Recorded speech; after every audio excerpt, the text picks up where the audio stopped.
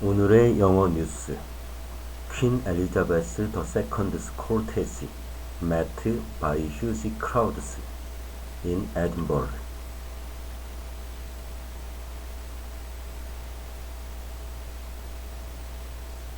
Queen Elizabeth II's coffin has been brought to Edinburgh following a 6-hour journey from Balmoral. Mourners lined the streets as the hearse travelled from Aberdeenshire to the Palace of Holyrood House, where her coffin will rest overnight. A respectful silence fell as people waited for the procession to pass by before they burst into polite applause and cheers. Crowds also gathered to hear King Charles III proclaimed across the UK.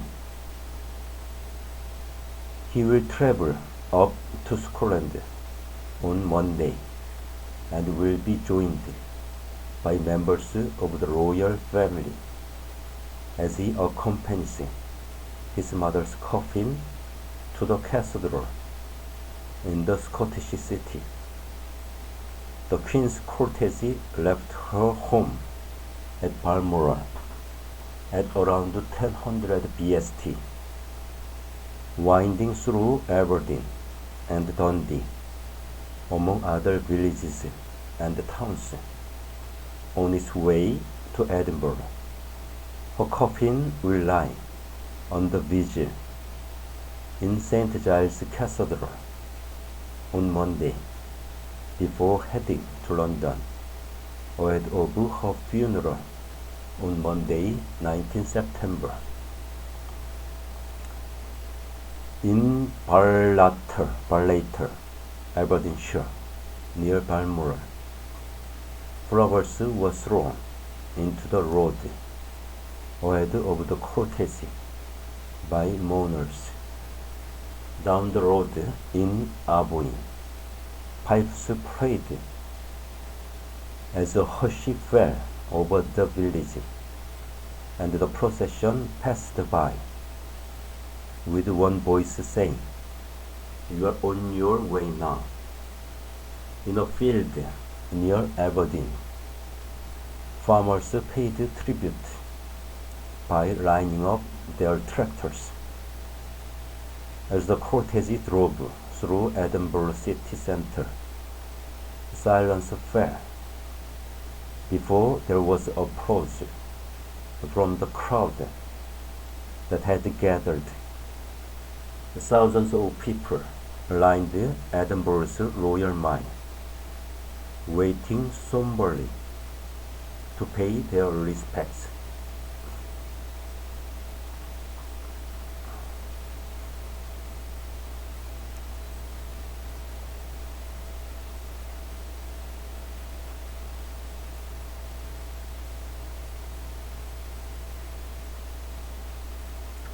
The Princess Royal, Princess Anne, travelled in the second car of the cortege on the 175-mile journey, accompanied by her husband, Vice Admiral Sir Tim Lawrence.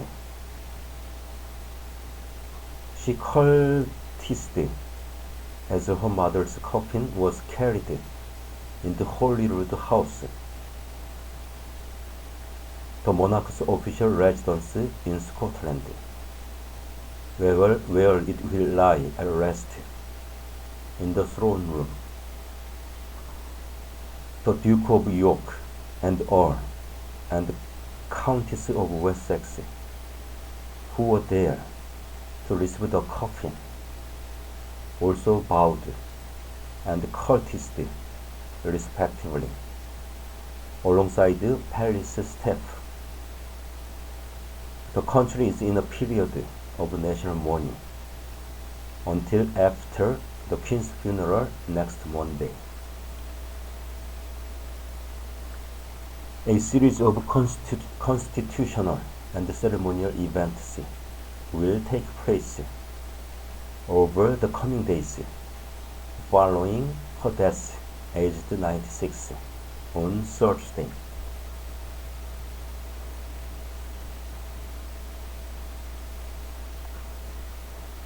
Earlier at the start of the journey, 6 gamekeepers from her Balmoral estate placed the Queen's Oak coffin into a hearse before she left Balmoral, her beloved private Scottish estate, for the final time. The wreath on top of the coffin featured some of the Queen's favorite flowers, all cut from the estate: white heather, dahlias, and sweet peas, phlox, and pine fir. When the cortege reached Ballater, Aberdeenshire, the closest village to Balmoral, flowers were thrown in the road by mourners, many of whom regarded the Queen and the royal family as neighbors.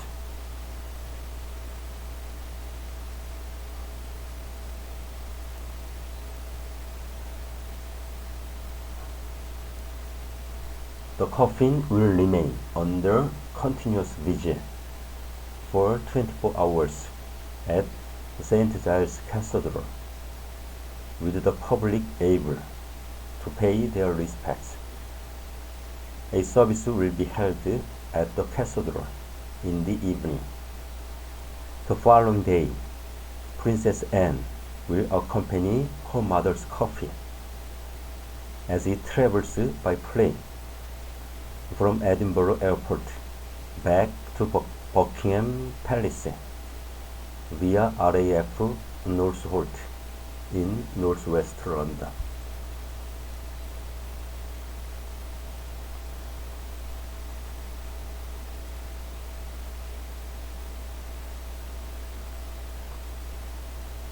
Among those in the crowds was Gillian Hay, who was visiting Edinburgh from Bangor in Northern Ireland. Said he had a flight to catch later, but had come to pay his respects while he could. I've actually found it emotional on behalf of my nanny. I rang her, and she was in floods of tears, he said. Linda McCann, 60, arrived 4 hours early to see the cortege and said it was a heartbreaking occasion. It's like losing my mom. She's never not been in my life. This is a historic event. We'll certainly never have another queen like her, she said.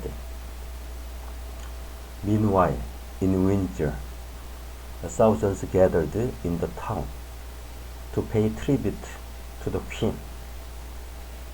Roads were closed as floral tributes and cards continued to be placed outside the castle gates and in Green Park near Buckingham Palace. Thousands more floral tributes were placed in memory of the Queen.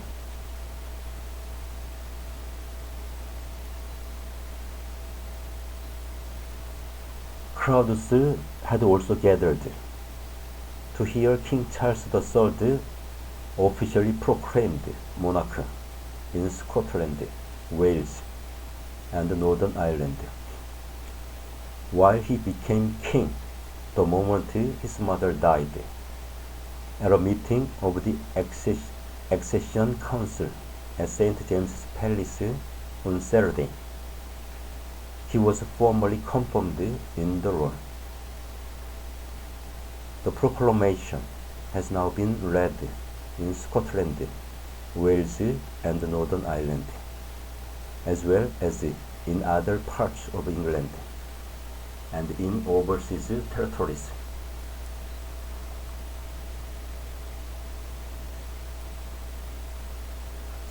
The king was cheered by hundreds of well-wishers as he travelled to Buckingham Palace from nearby Clarence House to carry out audiences with representatives of the Commonwealth. There he met with the Commonwealth Secretary General, Baroness Scotland, who publicly represents the Association of 56 countries with his historical ties to the UK.